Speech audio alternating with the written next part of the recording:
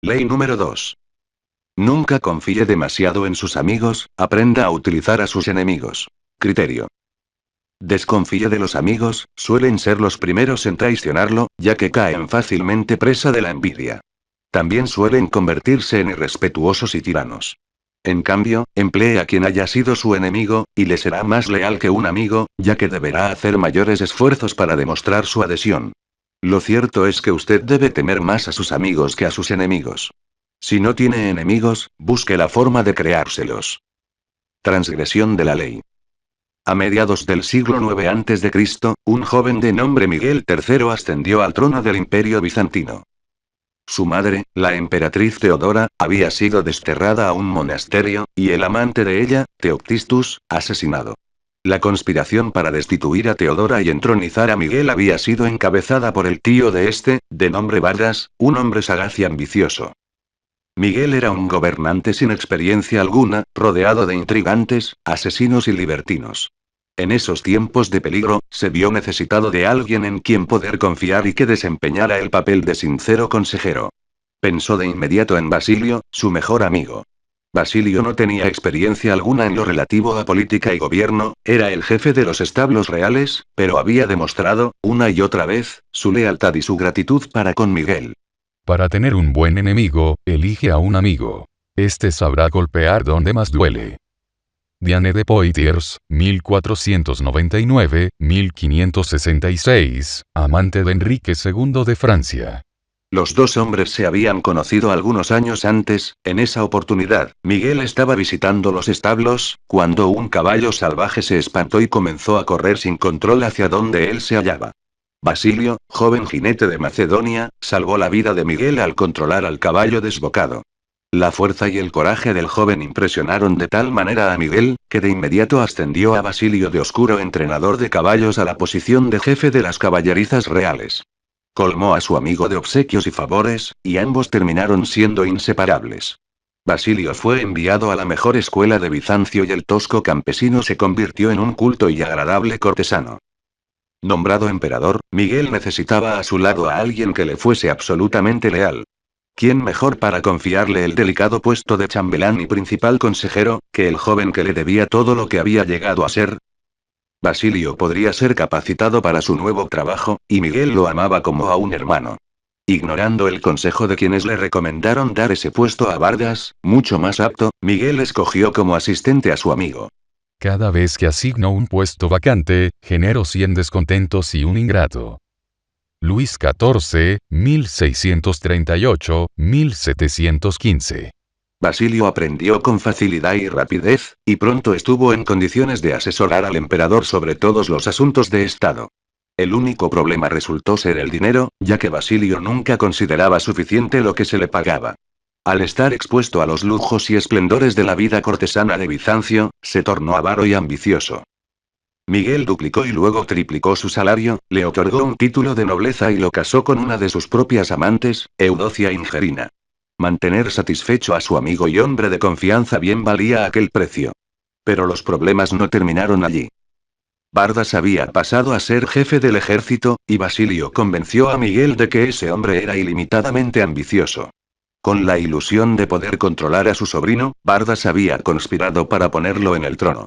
Nada le impedía volver a conspirar, esta vez para deponer a Miguel y asumir él mismo el gobierno del imperio. Tanto hizo y dijo Basilio contra Vargas, que al fin Miguel decidió mandar asesinar a su tío.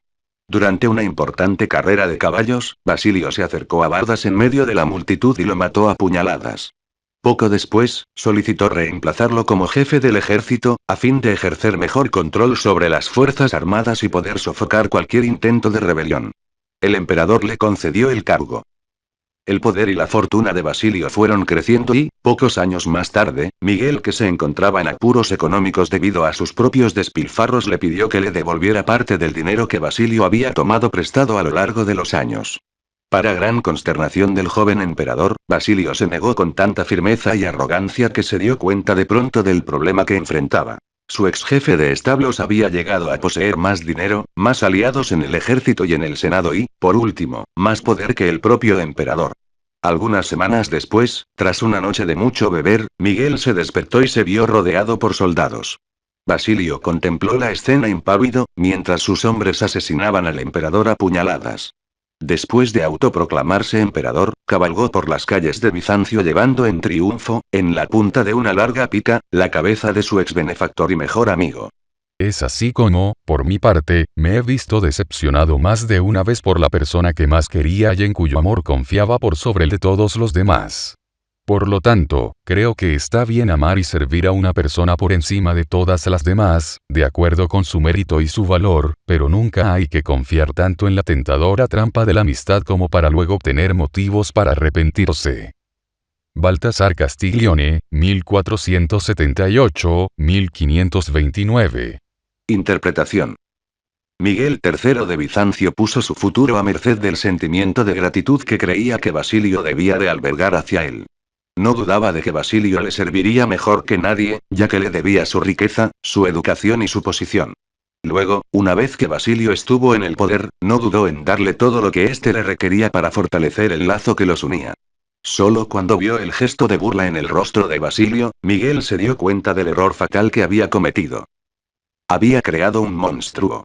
Permitió que el hombre viera el poder de tan cerca que terminó deseando más y más, al darle todo cuanto exigía, y al encumbrarlo gracias a la caridad recibida de su benefactor, solo logró que Basilio hiciera lo que hacen tantos en una situación similar. Olvidar los favores recibidos y creer que han ganado su éxito gracias a sus propios méritos.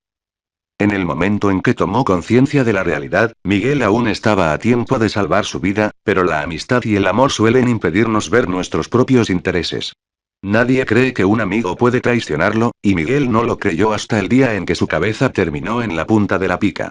Señor, protégeme de mis amigos, que de mis enemigos me protejo yo mismo. Voltaire, 1694-1778. Observancia de la ley.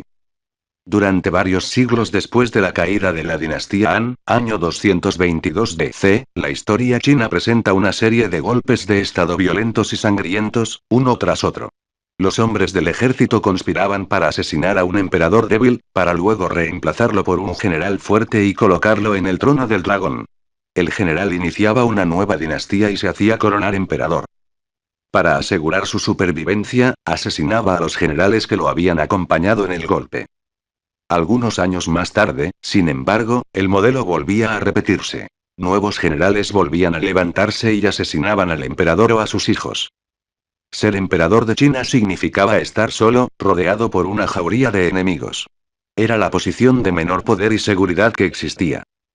En el año 959 DC, el general Chao Kuan-jin se convirtió en el emperador Sun. Tenía plena conciencia de que era muy probable que, en el término de 1 o 2 años, lo asesinaran.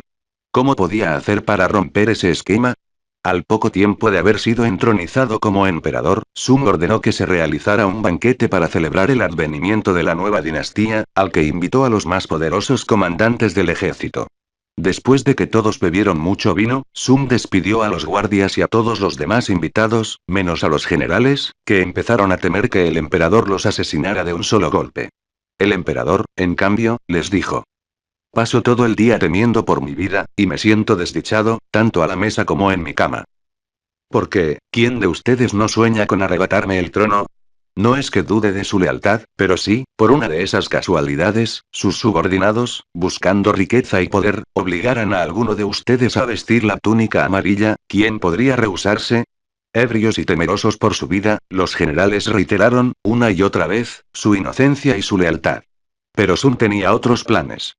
La mejor forma de pasar los días es disfrutando en paz de las riquezas y los honores. Si ustedes están dispuestos a renunciar a sus mandos, yo, por mi parte, estoy dispuesto a brindarles prósperas tierras y bellas viviendas, donde puedan disfrutar del placer, acompañados por cantantes y mujeres hermosas.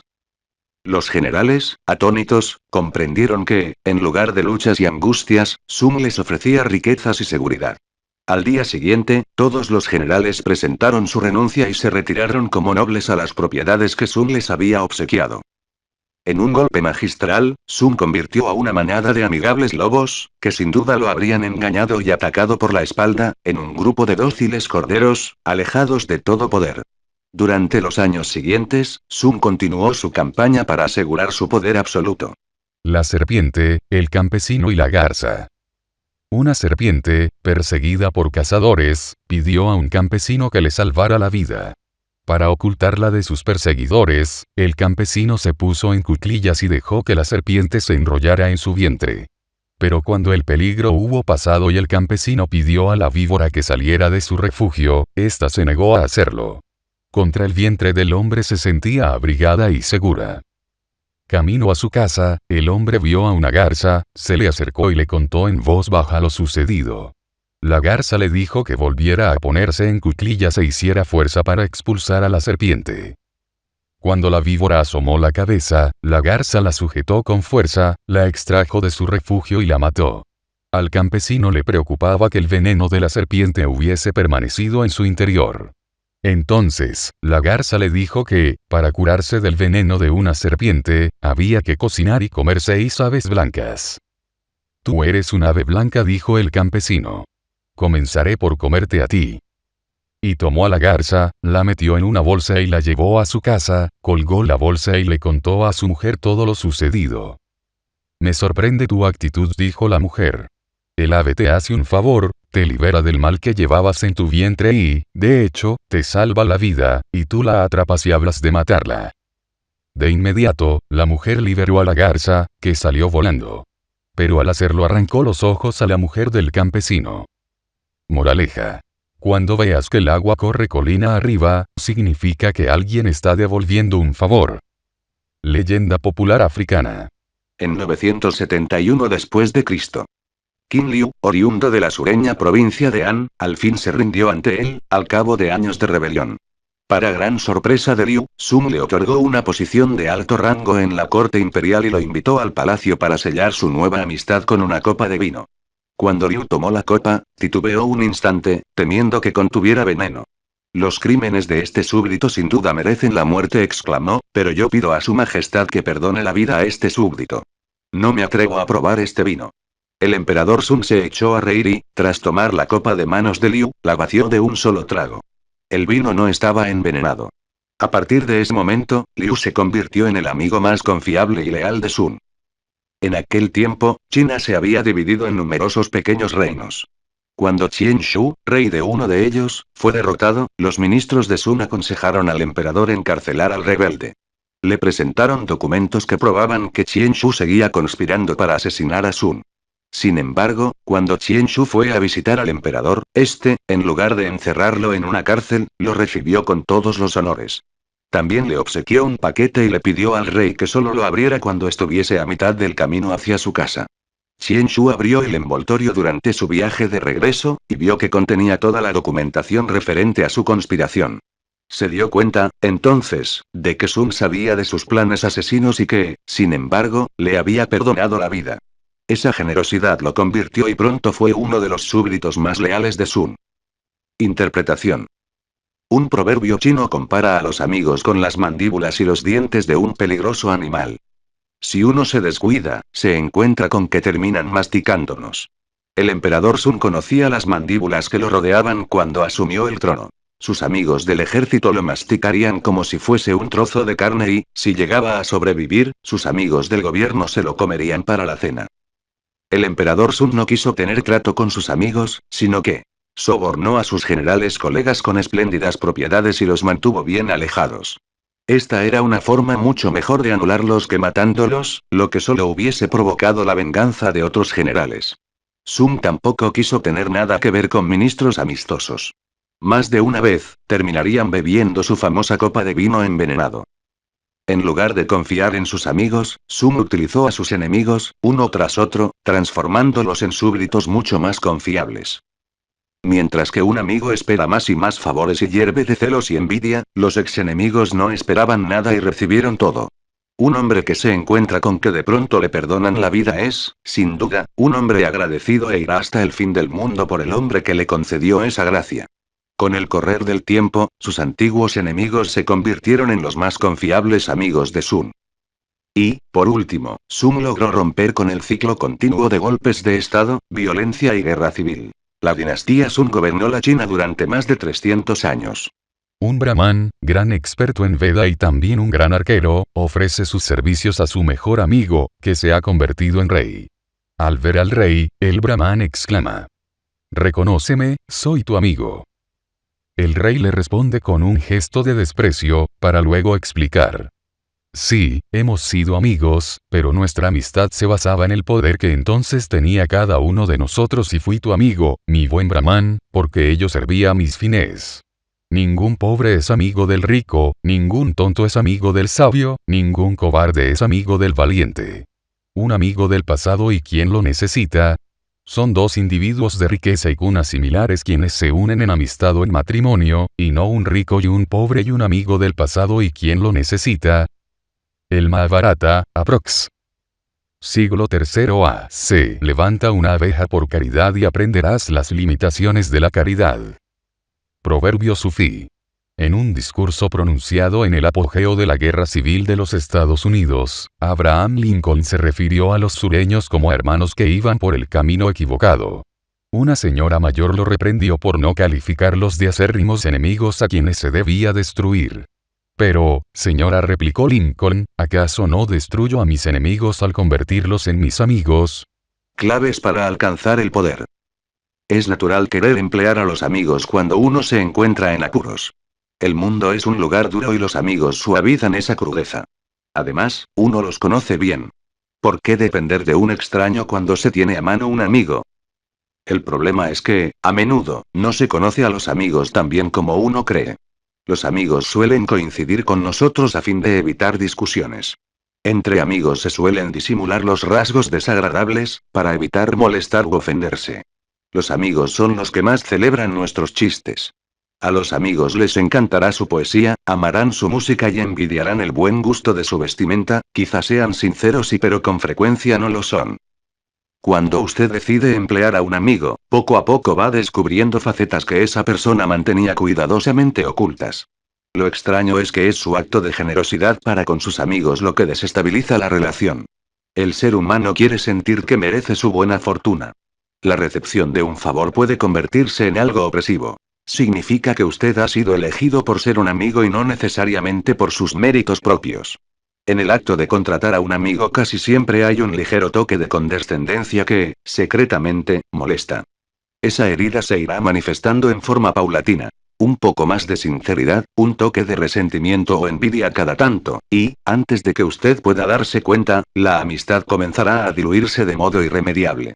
Cuantos más favores y obsequios usted ofrezca para reavivar la amistad, menos gratitud cosechará. Los hombres están más dispuestos a devolver una injuria que un beneficio, porque la gratitud es una carga, mientras que la venganza es un placer. Tácito, aprox. 55-120 D.C. La ingratitud tiene una historia larga y profunda. Su poder ha quedado demostrado a través de tantos siglos, que resulta en verdad sorprendente que la gente siga subestimándola. Es mucho mejor ser desconfiado. Nunca espere gratitud de un amigo, y se verá gratamente sorprendido cuando éste se muestre agradecido. El problema de emplear a un amigo es que esa amistad limitará en forma inevitable su poder.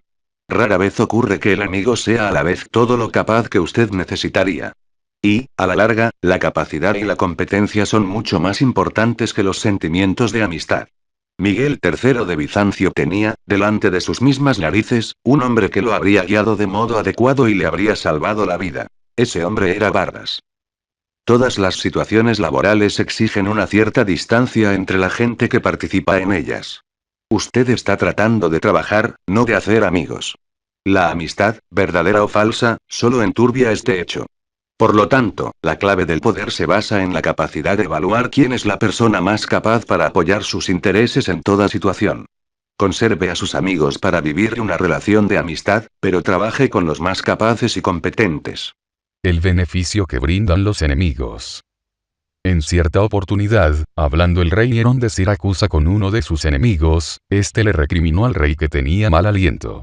Hierón, consternado, en cuanto volvió a su vivienda le dijo, en tono de reproche, a su esposa: «¿Cómo es que nunca me dijiste que yo tenía este problema?».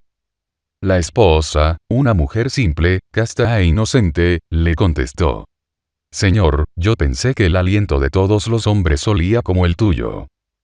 Esto muestra que muchas veces nos enteramos de nuestros errores y falencias más evidentes, ya sean físicos o de otra índole, y que resultan notorios y evidentes para todo el mundo, antes por parte de nuestros enemigos que por nuestros amigos y familiares.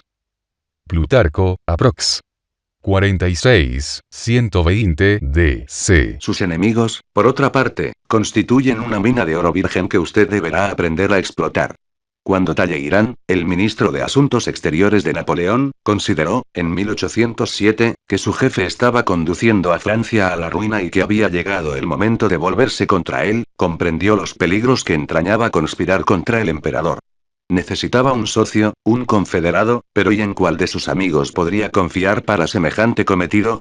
Eligió a Joseph Fouché, jefe de la policía secreta y su más enconado enemigo, un hombre que hasta había tratado de mandarlo asesinar.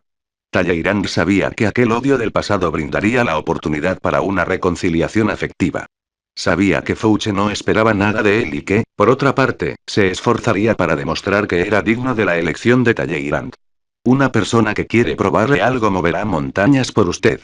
Además, Talleyrand sabía que su relación con Fouché se basaría en intereses mutuos y egoístas, y que no estaría contaminada por ningún tipo de sentimientos personales. La elección resultó ser perfecta. A pesar de que los conspiradores no consiguieron derrocar a Napoleón, la unión de dos socios tan insólitos y poderosos generó mucho interés por su causa. La oposición al emperador comenzó a difundirse en forma paulatina y, a partir de ese momento, Talleyrand y Fouché tuvieron una fructífera relación de trabajo. Toda vez que pueda, haga las paces con un enemigo y asegúrese de ponerlo a su servicio. Como dijo Lincoln, uno destruye al enemigo cuando lo convierte en amigo. En 1971, durante la Guerra de Vietnam, Henry Kissinger fue víctima de un frustrado intento de secuestro, una conspiración en la cual, entre otros, estuvieron involucrados dos conocidos sacerdotes antibelicistas, los hermanos Berrigan, otros 4 sacerdotes católicos y 4 monjas. En privado, sin informar al servicio secreto del Departamento de Justicia, Kissinger organizó un encuentro con 3 de los supuestos secuestradores, un sábado por la mañana. Cuando explicó a sus invitados que para mediados de 1972 habría sacado de Vietnam al grueso de los soldados estadounidenses, conquistó de inmediato su buena voluntad. Le obsequiaron algunos prendedores con la leyenda "Secuestren a Kissinger" y uno de ellos mantuvo durante años una amistad con él, visitándolo en diversas ocasiones. Esa no fue la única ocasión en que Kissinger recurrió a ese tipo de estratagema. Por principio, buscaba trabajar con quienes disentían de él. Sus colegas solían comentar que, obviamente, Kissinger se llevaba mejor con sus enemigos que con sus amigos. Sin enemigos a nuestro alrededor, nos volvemos perezosos. Un enemigo que nos pisa los talones agudiza nuestro ingenio, nos mantiene despiertos y atentos. Por eso, a veces, es mejor usar a los enemigos como enemigos, en lugar de transformarlos en amigos o aliados. Mao Zedong consideró el conflicto como la clave para su acceso al poder. En 1937 los japoneses invadieron China, interrumpiendo la guerra civil entre los comunistas de Mao y sus enemigos, los nacionalistas chinos. Temiendo que los japoneses los aniquilaran, algunos líderes comunistas abogaron por dejar que fuesen los nacionalistas quienes combatieran a los japoneses, y utilizar ese tiempo para recuperarse. Mao no coincidió con esa posición. No sería posible que los japoneses lograran derrotar y ocupar, al menos no por mucho tiempo, un país tan vasto como China. Cuando se retiraran, el ejército comunista, tras varios años sin combatir, estaría oxidado y mal preparado para reanudar la lucha contra los nacionalistas. Luchar contra un enemigo tan formidable como los japoneses constituiría, por el contrario, el entrenamiento perfecto para el heterogéneo ejército comunista. Se optó por seguir el plan propuesto por Mao, que resultó exitoso. Cuando los japoneses se retiraron al fin de China, los comunistas habían ganado la experiencia bélica que los ayudaría a derrotar a los nacionalistas. Años después, un visitante japonés intentó disculparse ante Mao por la invasión de su país a China. Mao lo interrumpió diciendo: "Creo que debería agradecer esa invasión". Explicó que, sin un contrincante fuerte, ni un hombre ni un grupo pueden crecer en fortaleza. La estrategia de conflicto constante de Mao comprende varios componentes clave. En primer lugar, tener la certeza de que a la larga se saldrá victorioso de la lucha. Nunca iniciar la lucha contra quien no se esté seguro de poder derrotar. Mao sabía que los japoneses, más tarde o más temprano, serían derrotados. Segundo, si no se tienen enemigos evidentes, a veces conviene armar un blanco adecuado, aunque para ello haya que convertir a un amigo en enemigo. Mao utilizó esta táctica una y otra vez en su política. Tercero, utilice a esos enemigos para definir su causa con mayor claridad frente al público, incluso presentándola como una lucha del bien contra el mal. Mao alentó las diferencias de China con la Unión Soviética y con los Estados Unidos. Estaba convencido de que, sin enemigos claramente definidos, su gente perdería el sentido de lo que significaba el comunismo chino. Un enemigo bien definido es un argumento mucho más fuerte que cualquier cantidad de palabras que se puedan derrochar al respecto. Nunca permita que la presencia de sus enemigos lo altere o atemorice. Es mucho mejor tener contrincantes declarados que no saber por dónde acecha el enemigo. El hombre de poder da la bienvenida al conflicto y utiliza a los enemigos para enfatizar su reputación como un luchador firme, en quien se puede confiar en tiempos de incertidumbre. Imagen. Las fauces de la ingratitud. Sabiendo qué es lo que le sucede si pone un dedo en las fauces de un león, usted se abstendrá de hacerlo. Con los amigos, usted nunca tomaría semejante precaución, pero, si los contrata, sin duda lo comerán vivo con su ingratitud. Autoridad. Sepa cómo utilizar a sus enemigos para su propio beneficio. Deberá aprender a tomar la espada, no por la hoja, que no haría sino cortarle la mano, sino por la empuñadura, que le permitirá defenderse. El hombre sabio saca más beneficio de los enemigos que un tonto de sus amigos. Baltasar Gracián, 1601-1658. Invalidación. Aunque en general lo mejor es no mezclar el trabajo con la amistad, hay momentos en que un amigo puede ser usado en forma más efectiva que un enemigo. Por ejemplo, un hombre de poder suele verse en la necesidad de hacer algún trabajo sucio, pero, para guardar las apariencias, es preferible que lo haga otra persona en su lugar. Para eso resultan ideales los amigos, ya que el afecto que sienten los predispone a correr riesgos por uno. De la misma manera, si por algún motivo los planes le salen mal, es posible usar a un amigo como un oportuno chivo expiatorio. Esta caída del favorito fue un truco usado con frecuencia por reyes y soberanos. Dejaban que su mejor amigo cargara con la culpa de un error, ya que nadie sospecharía que habían sacrificado en forma deliberada a un amigo por ese motivo. Por supuesto, después de jugar esa carta, el gobernante perdía al amigo para siempre. Por lo tanto, conviene reservar el papel de chivo expiatorio para alguien cercano a usted, pero no demasiado próximo en el afecto. Por último, el problema de trabajar con amigos es que se confunden los límites y las distancias que una actividad laboral requiere. Pero si ambas partes del arreglo comprenden con claridad los riesgos que la relación entraña, un amigo puede llegar a ser un empleado muy eficiente. Sin embargo, en una relación de este tipo nunca deberá bajar la guardia. Esté siempre atento a cualquier señal de conflicto emocional, como por ejemplo la envidia o la ingratitud. En el ámbito del poder nada es estable y hasta el amigo más íntimo puede convertirse en el peor de los enemigos.